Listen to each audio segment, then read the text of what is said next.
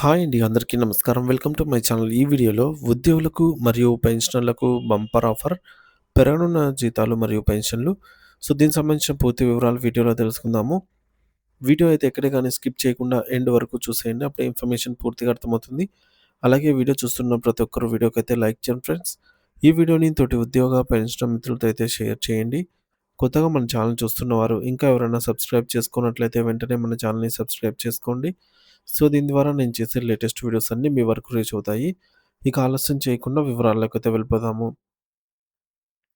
Friends, ఇక విషయానికొచ్చినట్టయితే కేంద్ర ప్రభుత్వ పరిధిలో పనిచేస్తున్న వేలాది మంది ఉద్యోగులు మరియు పదవీ విరమణ చేసిన పెన్షనర్లకు సంబంధించి ప్రస్తుతం ఒక అత్యంత కీలకమైన మరియు శుభసూచకమైన వార్త వెలువడింది. దీని గురించి మనం ఇప్పుడు లోతుగా అయితే చర్చించుకోవాల్సిన అవసరం ఎంతైనా ఉంది. పైకి చూసేవారికి ఇది కేవలం జీతాల పెంపుదల లేక అంకెల మార్పులాగా అనిపించినప్పటికీ దేశంలో నిత్యావసర వస్తువుల ధరలు మరియు ద్రవ్యోల్బణం విపరీతంగా పెరుగుతున్న ఈ ప్రస్తుత తరుణంలో ప్రభుత్వం తీసుకున్న ఈ నిర్ణయం వెనుక చాలా లోతైన మరియు ఆసక్తికరమైన కోణాలు దాగి ఉన్నాయి.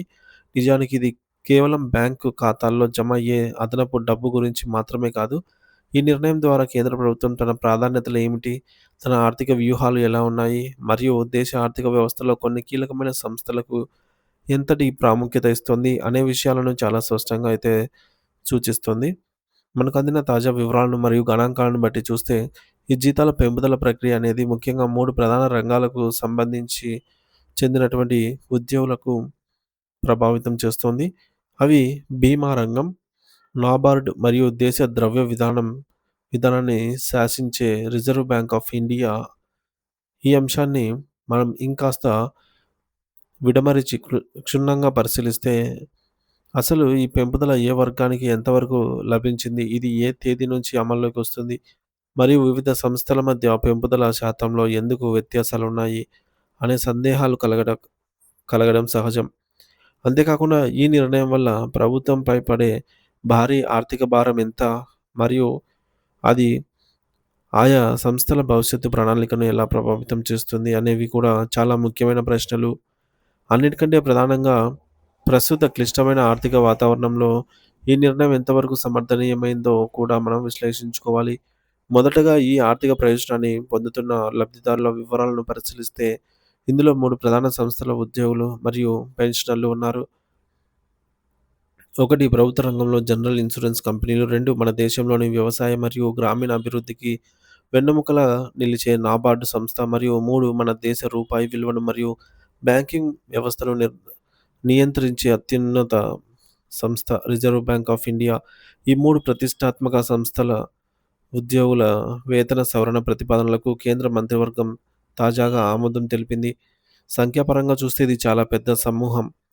సుమారుగా 46,322 మంది ప్రస్తుతం విధుల్లో ఉన్న ఉద్యోగులతో పాటు మరో 46,830 మంది పెన్షనర్లు మరియు ఫ్యామిలీ పెన్షనర్లు కూడా ఈ నిర్ణయం వల్ల లబ్ధి పొందుతున్నారు.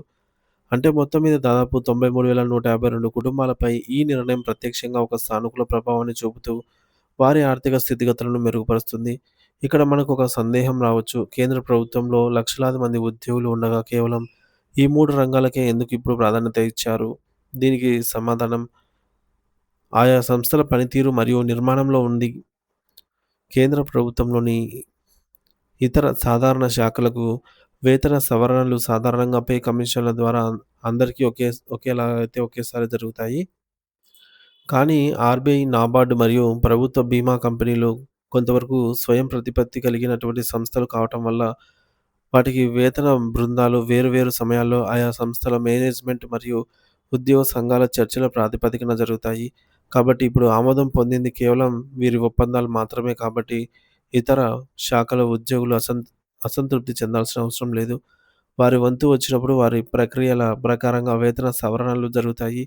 ఇక అందరూ ఆసక్తిగా ఎదురుచూస్తున్న అసలు విషయానికొస్తే జీతాలు ఎంత మేర పెరిగాయి? ఇక్కడ మనం గమనించాల్సిన విషయం ఏమిటంటే అందరికీ ఒకే శాతంలో జీతాలు పెరగలేదు. ప్రభుత్వ రంగ బీమా కంపెనీల ఉద్యోగులకు సగటున 12.41% జీతాలు పెంపుదల లభించగా రిజర్వ్ బ్యాంక్ ఆర్‌బీఐ ఉద్యోగులకు 10% పెంపు దక్కింది. అయితే ఈ జాబితాలో అసలైన విజేతగా నాబార్డ్ నిలిచింది. ఎందుకంటే వారి సిబ్బందికి ఏకంగా 20% మేర జీతాల పెంపుదలను ప్రభుత్వం ఆమోదించింది. దేశంలోని అత్యంత కీలకమైన ఆర్‌బీఐ కంటే నాబార్డుకు రెట్టింపు పెరుగుదల ఇవ్వటం వెనుక ఒక బలమైన వ్యూహాత్మక కారణం ఉంది. గ్రామీణ ఆర్థిక వ్యవస్థ మరియు వ్యవసాయ రంగ అభివృద్ధికి ప్రభుత్వం ఎంతటి ప్రాధాన్యత ఇస్తుందో చెప్పడానికి ఇదొక నిదర్శనం. క్షేత్రస్థాయిలో పనిచేసే నాబార్డ్ లాంటి సంస్థల్లో ప్రతిభావంతులైనటువంటి ఉద్యోగులను ఆకర్షించి వారిని నిలుపుకోవడం ప్రస్తుతం చాలా అవసరమని ప్రభుత్వం భావిస్తోంది. ఈ నిర్ణయంలోని మరో గొప్ప మానవీయ కోణం ఏమిటంటే, పదవీ విరమణ చేసిన వృద్ధ ఉద్యోగులను మరియు వారి కుటుంబ సభ్యులను కూడా ప్రభుత్వం విస్మరించలేదు. పెన్షనర్లకి కూడా 10% పెన్షన్ పెంపు వర్తింపచేయడం వల్ల వయసు పైబడిన తర్వాత పెరిగే వైద్య ఖర్చులకు మరియు మందుల ఖర్చులకు ఈ అదనపు మొత్తం వారికి ఎంతో ఆర్థిక భరోసానిస్తుంది. ఇది వారి జీవిత చరమకంలో గౌరవప్రదంగా జీవించడానికి ఒక ముఖ్యమైన అండగా నిలుస్తుంది. అంతేకాకుండా ఉద్యోగుల చేతికి ఇప్పుడు పెద్ద మొత్తంలో డబ్బు అందబోతోంది. దీన్నే రెట్రోస్పెక్టివ్ ఎఫెక్ట్ అంటారు. అంటే ప్రభుత్వం ఈరోజు నిర్ణయం తీసుకున్నప్పటికీ పెరిగిన జీతాలు గత 2 ఏళ్ల క్రితం నుంచే అమల్లోకి వచ్చినట్లు లెక్కించబడతాయి. బీమా రంగ ఉద్యోగులకు ఆగస్టు 2022 నుండి మరియు నాబార్డ్, ఆర్‌బీఐ ఉద్యోగులకు నవంబర్ 2022 నుండి ఈ పెంపు వర్తిస్తుంది. దీనివల్ల గత 2 సంవత్సరాలుగా రావాల్సిన అదనపు డబ్బు అంతా ఒకేసారి బకాయిల రూపంలో చేతికి అందుతుంది. ఇది మధ్యతరగతి ఉద్యోగులకు ఒక పెద్ద ఆర్థిక ఉత్సవం లాంటిది. అయితే ఈ నిర్ణయం వల్ల ప్రభుత్వంపై పడే ఆర్థిక భారం కూడా తక్కువేమీ కాదు. అంచనాల ప్రకారం ఈ జీతాల పెంపుదల వల్ల మొత్తం రూ. 8,170,00,00,000 భారీ ఆర్థిక భారం ప్రభుత్వంపై మరియు ఆయా సంస్థలపై పడుతుంది. ఇందులో సింహభాగం అంటే దాదాపు 5,800,00,00,000 కేవలం బకాయిల రూపంలోనే ఒకేసారి చెల్లించాల్సి ఉంటుంది.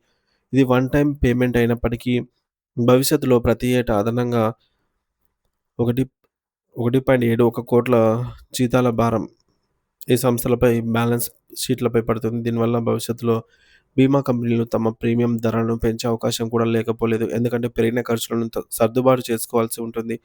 ప్రస్తుతం దేశంలో ద్రవ్యోల్బణం ఎక్కువగా ఉన్న తరుణంలో మార్కెట్‌లోకి ఇంత పెద్ద మొత్తంలో డబ్బు విడుదల కావడం వల్ల వస్తువులకు డిమాండ్ పెరిగి ధరలు ఇంకా పెరిగే అవకాశం ఉందనే ఆర్థిక పరమైన చిక్కుముడి కూడా ఇక్కడే ఉంది. కానీ ప్రభుత్వం ఇక్కడ కేవలం గణాంకాల కంటే మనుషుల సంక్షేమానికి కూడా విలువ ఇచ్చింది. ధరల నిత్యావసరాల ధరలతో సతమతమవుతున్న తమ ఉద్యోగులకు తక్షణ ఉపశమనం అందించడం ప్రభుత్వం తన ప్రాథమిక బాధ్యతగా భావించింది. ఇది ఉద్యోగ సంఘాలు దశాబ్దాలుగా చేస్తున్న పోరాటానికి మరియు చర్చలకు దక్కినటువంటి విజయంగా మనం చూడవచ్చు. మొత్తంగా చెప్పాలంటే ఈ నిర్ణయం వ్యవస్థీకృత రంగంలోని ఉద్యోగులకు ఒక రక్షణ కవచంలా పనిచేస్తుంది. కానీ ఇదే సమయంలో మనం ఒక లోతైన ప్రశ్న గురించి ఆలోచించాలి. ప్రభుత్వ ఉద్యోగులకు ద్రవ్యోల్బణం నుండి ఇటువంటి రక్షణ లభిస్తోంది.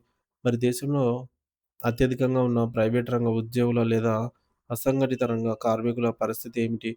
వారి జీతాలను పెరిగే ధరలకు అనుగుణంగా సర్దుబాటు చేసే యంత్రాంగాలు మన దగ్గర ఉన్నాయా?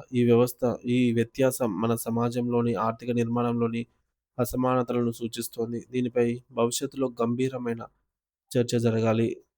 సో, ఈ చర్చ జరగాల్సిన అవసరం ఎంతైనా ఉంది. ప్రభుత్వం తీసుకున్న ఈ మంచి నిర్ణయాన్ని అభినందిస్తూ అందరికీ సమానమైన ఆర్థిక రక్షణ లభించేలా చూడటం మన ప్రజాస్వామ్యం లక్ష్యమైతే కావాలి.